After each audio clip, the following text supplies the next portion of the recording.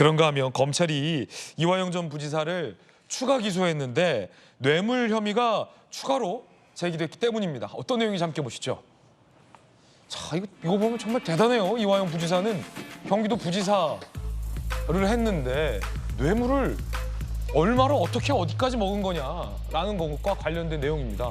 경기 지역 4개 업체에서 뇌물, 정치자금 수수 혐의로 추가 기소됐습니다. 지역이 운영금 명목으로 3억 원 수수, 대선 캠프 사용 목적 전원주택 무상 이용, 리스 차량 무상 이용, 개무사무실, 개인 사무실 월세 관리비 등 대나 자기 돈은 어디에 쓴 거야라는 논란이 일 것 같아요. 총 5억 3,700만 원을 받았다는 혐의로 추가 기소됐습니다. 자, 검찰은요. 경기도 부지사 지위와 영향력을 이용해 여러 기업으로부터 불법 자금을 수수했다. 장기간 부정한 돈을 수수한 정경유착의 전형이다라며 추가 기소했습니다. 25년 판사 경력을 자랑하는 전주혜 전 판사님. 네. 이게 시쳇말로 땡긴다고 하잖아요. 근데 요즘은 언론의 와치독 기능이 강해져서 땡길래야 땡길 수도 없고 차마 잘 못 땡기는데 이화영 부지사 1심 유죄 판결을 근거하면 뇌물 혐의에 대해서 상당수 유죄 나왔잖아요. 네. 그것만으로도 많이 땡겼다라는 생각이 드는데 검찰이 추가 기소한 거 보면 또 땡겨요. 관리비도 대납시켜요.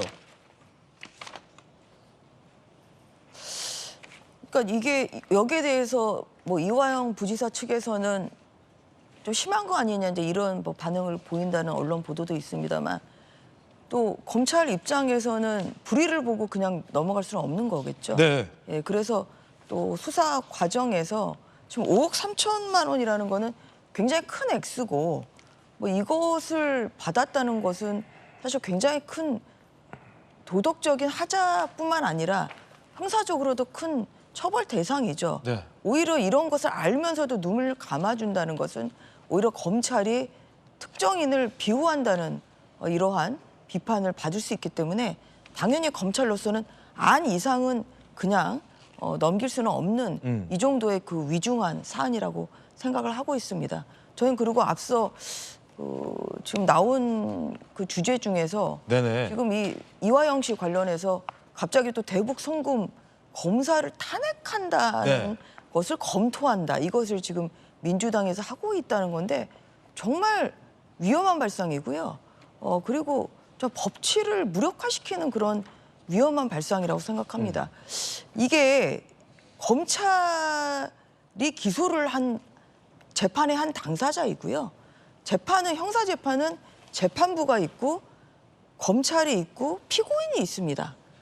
그래서 검찰도 재판부에서 봤을 때는 재판 당사자 한 축이에요. 그렇죠. 그래서 다툴 때 피고인의 말을 믿냐 검찰의 말을 믿냐 이것은 여러 가지 증거와 또 정황적인 것으로 재판부가 판단을 하는 건데 그런데 이화영 씨 사건에서 검찰의 주장이 받아들여진 것은 재판부, 법원이 판단한 거 아니겠습니까? 그러면은 언론을 지금 검찰의 애완견이라고 하는데 그럼 법원이 검찰의 애완견인가요? 검찰이 주장하는 거 판사가 아무것도 모르면서 여기 말이 맞아 이렇게 해서 유죄 선고하는 게 아니란 얘기죠. 그래서 유죄가 나온 것은 이것은 검찰 때문이 아니라 결국은 재판부가 그렇게 판단을 내린 겁니다. 그런데 법원이 검찰의 애완견이냐? 네, 이것을 가지고 뭐 마치 정말 이 동대문 그러니까 뭐 시내에서 뺨 맞고 한강에서 눈을 긴다 것처럼 이게 화풀이를 지금 이 유죄를 선고한 법원이 아니라 지금 검찰을 향해서 네. 수사 검사를 탄핵하겠다는 것은 굉장히 위험한 발상이라는 그런 말씀을 다시 한번 드리는 바입니다. 그리고 이재명 지사가 지금 대북 송금 사건으로 5번째 지금 기소가 됐는데 계속 조작 왜곡이라는 말씀을 하시고 있지 않습니까? 제가 찾아보니까 형사 피고인들이 국민참여재판을 받을 수 있습니다. 그렇게 검찰도 못 믿고 언론도 못 믿으면 국민참여재판 그러면 시민들이 주체가 돼서 판단을 하거든요. 유무죄를. 그 재판에 신청하시면 돼요. 그래서 정말 검찰도 못 믿겠다고 하면 또 법원도 못 믿겠다고 하면 국민참여재판을 대북송금 사건에 신청을 하셔서 우리 주권자인 국민들의 심판을 받으시면 된다. 그러면 거기에 무슨 왜곡이나 조작이 있겠습니까? 근데 이렇게 본인에게 불리할 때는 왜곡이나 조작이라는 말을 굉장히 많이 하시는데 그렇지가 않다는 그런 말씀을 드리는 것이고요. 재판에 성실히 임해서 사법부의 좀 엄중한 판단을 받고 거기에서 잘못한 게 없으면 무죄가 나오지 않겠습니까? 이 부분에 저는 대해서 사법부에 짧게 대한 말씀을 드려야 될 것 그런 같고요. 불신을 계속 조장하는 이러한 현재 상황은 굉장히 사법부의 독립을 저해하는 그런 위험한 발상이라는 말씀을 다시 한번 드리는 예, 바입니다. 맞습니다. 우리 전주 의원님 말씀대로 법원의 판결은 존중이 돼야 하죠.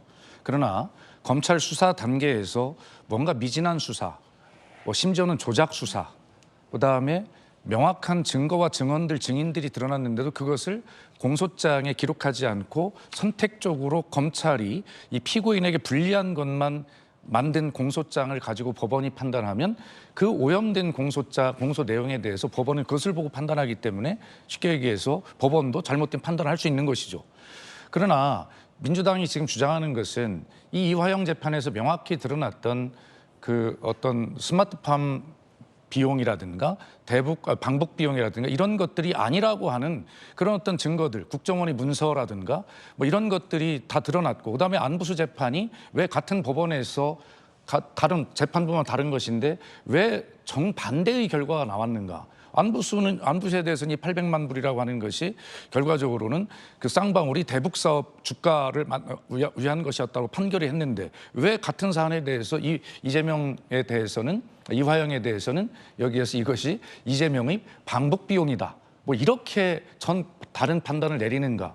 이재명 대표나 이화영 측에서는 이러한 것들을 근거로 이건 분명히 검찰 수사가 과정이 공정하지 않다라고 이렇게 제기할 수 있는 것이죠. 그런데 그것마저 이야기하지 마라. 그것을 이야기하라. 그것은 맞지 않다라고 판사 출신인 전주 의원님께서 그렇게 말씀하시는 것은 정말 그 맞는 말씀인가에 대해서 억울한 것을 이야기할 수 있죠. 억울해서 얘기했다. 또 말씀은 그렇다면 그것을 법정에서 다투면 될 거 아니냐고 말씀하실 겁니다. 그런 부분들을 법정에서만 할 수 있는 것이 아니라 다른 사실들이 언론에 다 공개되고 국민에게 각인돼 가는 과정에서 어떻게 법정에서만 이야기할 수 있겠습니까? 그런 측면에 이런 것은 충분하게 방어권 차원에서도 충분하게 이런 부분들을 이야기할 수 있다. 저는 그리고 법원은 결국 이제 항소심과 상고심이 남아있기 때문에 이 부분은 끝까지 지켜봐야 된다고 저는 그렇게 생각을 합니다. 아니 피고인의 변소를 하지 말라는 그런 취지는 아니고요. 지금 얘기하신 거는 검사를 하겠다고 하니까 그런 것이 굉장한 법치에 있어서 큰 문제점이 있을 수가 있다. 좀 그런 거 아니겠습니까? 유죄가 나왔다고 해서 어떻게 검사를 탄핵하냐.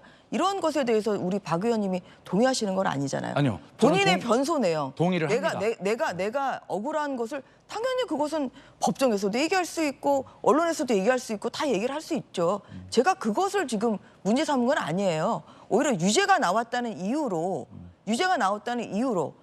유죄 판단은 법원에서 내렸는데 유죄가 나왔다는 이유로 기소한 검사에 대해서 탄핵을 하겠다는 것은 검찰에게 일을 하지 말라는 지금 그런 법치에 있어서 위험한 그런 상황이 될 수 있기 때문에 그것을 지적했다는 말씀을 드리겠습니다.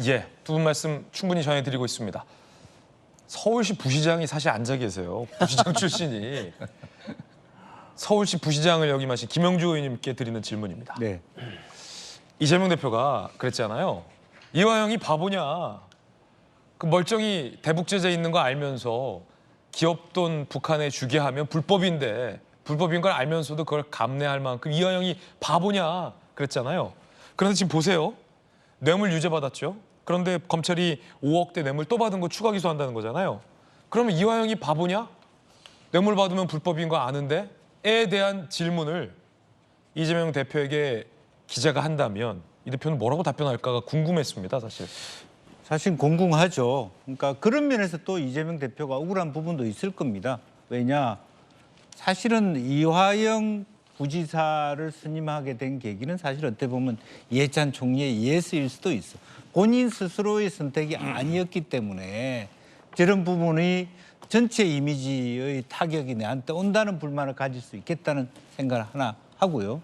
또 하나는 이재명 대표가 저 말씀하신 굉장히 저는 손해라고 봅니다. 손해다. 이화영이 바보냐 발언. 솔직하게 얘기하면은 2000년대 이후에 실제로 보면 박지원 국정원장도 그랬습니다마는 대북 방북에 있어서 비용의 일정한 언더테이블 머니를 줬다라고 하는 부분이 사실 역사적으로 있어 왔다는 것이죠. 그런데 실질적으로 공식적으로 주면 정말 안 되기 때문에 그는 바보 이전에 불법이기 때문에 차라리 이화영 대표가 그걸 알고 있었기 때문에 그 공식적 라인이 아닌 방식으로 연구한 것이 김성태 회장일 수 있다라고 하는 부분입니다. 그러니까 바보가 아니었기 때문에 그렇게 했다라고 하는 부분에 대해서 어떻게 얘기할 것인가.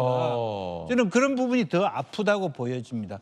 바보가 아니었기 때문에 김성태를 통해서 그렇게 한 것은 아니냐라고 하는 것에 대해서는 어떻게 항변을 할 것입니까?